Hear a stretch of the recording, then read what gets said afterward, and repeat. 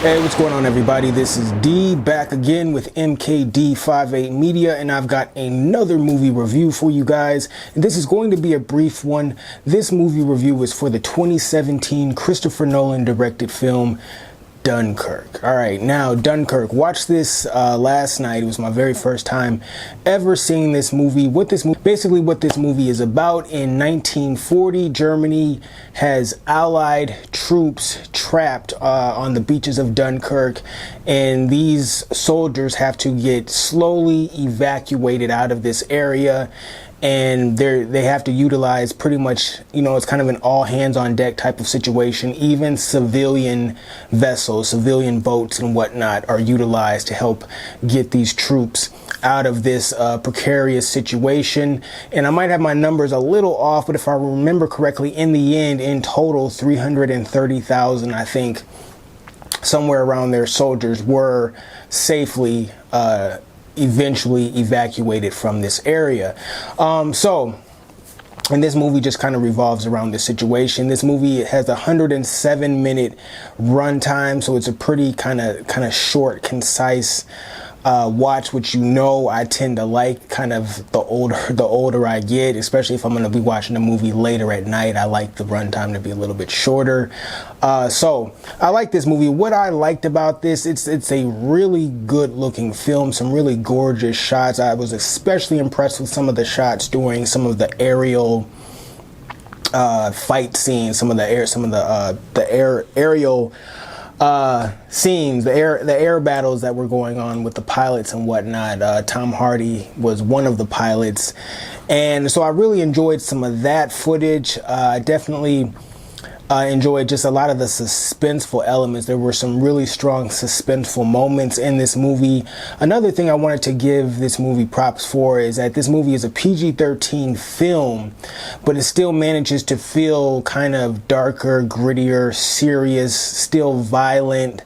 It doesn't come off like a soft war film, if you know what I mean. A lot of times with PG-13 and R movies, you can really see the difference between a PG-13 film and an R-rated film. You can really feel the kind of lighter mood and just a lighter family-friendly vibe of PG-13 movies, even though they try hard to kind of hide the PG-13 sensibilities of the film. You usually can really tell when a movie is PG-13, and it can often stand out when a movie that is PG-13 but trying to tackle subject matter that is usually in R-rated films. This movie's different, though, in that I didn't really feel like I was watching a PG-13 movie. Now, obviously, because I kind of, I watch movies and pay attention to movies, I did notice things that, like, okay, in an R-rated movie, they probably would have did this different. They probably would have showed this. I noticed things like that. But overall, the movie still managed to feel very adult and serious, and it didn't feel like a PG-13 film. That didn't stand out about the movie. So, I think Christopher Nolan did a good job with that. It's kind of shows the way for other directors to be able to make a PG-13 movie, but it still feels very gritty, very dark, violent, and serious, adult, all of those type of things, but not actually having specific explicit gore and things like that. So that's something that I did appreciate about it. I like R-rated movies, so if it was R-rated, that wouldn't have bothered me at all. But I do like that he was able to execute this PG-13 war film very well. All the acting performances were there. I didn't have any issues with any of the acting. Tom Hardy was the biggest name actor in this movie,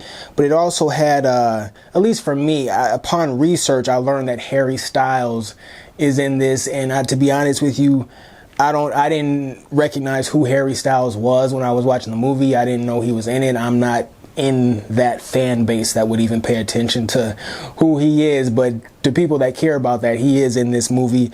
Fionn Whitehead is in this. Like I mentioned, Tom Hardy. Cillian Murphy, actually, just as well known to me, just as well known as Tom Hardy. Cillian Murphy is also in this as well. And I also want to point out Kenneth Branagh. I'm probably messing up his last name, but he was in Tenet, and I actually just watched Tenet as well recently, but I'm going to rewatch that before I get into actually talking about that movie on camera. But so he's fresh in my memory banks because I just saw him in Tenet, so I want to make sure to talk about Kenneth Branagh, if that's how you pronounce his name. But yeah, so some great actors, great performances in this film. My final score for Dunkirk, I'm going to go 8.5 out of 10. It's a real kind of deliberate score because I gave the movie 1917. I gave that movie a score of 8 out of 10, and I do like this movie overall. I liked it more than 1917. If you remember when I talked about 1917, or you know, if you happen to even watch that review, but if you didn't, when I talked about 1917, I talked about it was impressive technically, didn't really have any major issues upon the first viewing, but it's definitely not a movie that I was in a rush to revisit, and I still feel that way. I have no idea when I'll ever get around, or if I'll ever get around to rewatching 1917. Sometimes the way the movie was made starts to come off like a parlor trick, like a gimmick, and yeah, so but with that being said, I gave 1917 a great score, a high score of 8 out of 10. Dunkirk, I just liked and appreciated more upon my first viewing of it than I did 1917. And this is just a real quick edit that I want to throw in here to make sure I mention too, with all of that being said, that Dunkirk has a rewatchability for me that I didn't feel with 1917. Like I said, I have no idea when or if I'll ever rewatch 1917. Dunkirk is a film I could see myself down the line giving that movie a rewatch. There's a rewatchability about it, or that it seems to have, that 1917 doesn't have for me. So that's a big point in Dunkirk's favor for why I would give it a little bit of a higher score than 1917.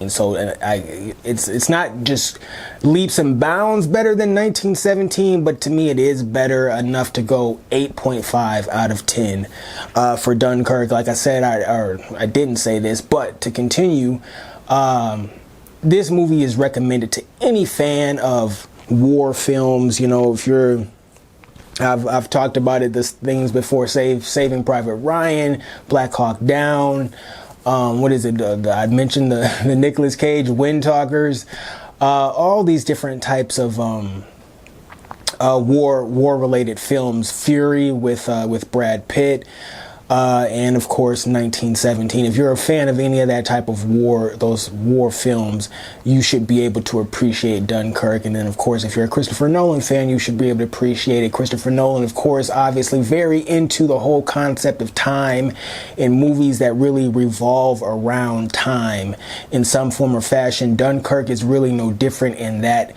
respect, in that the presence of time is very strongly felt with this movie, even within the kind of the sound in the background. The score of the movie has an element of time to it, like it feels like a ticking kind of time bomb in a way. You can feel the suspense of different situations. Just the element of time is very strong in this film, as it is in, I think, really all of Christopher Nolan's films for the most part. So that is there. All right, that's it, you guys. The review already got longer than I really intended it to be, but just wanted to talk about Dunkirk a little bit. 8.5 out of 10 for Dunkirk. I do recommend it. And as always, until the next time, I will catch you on the next go round.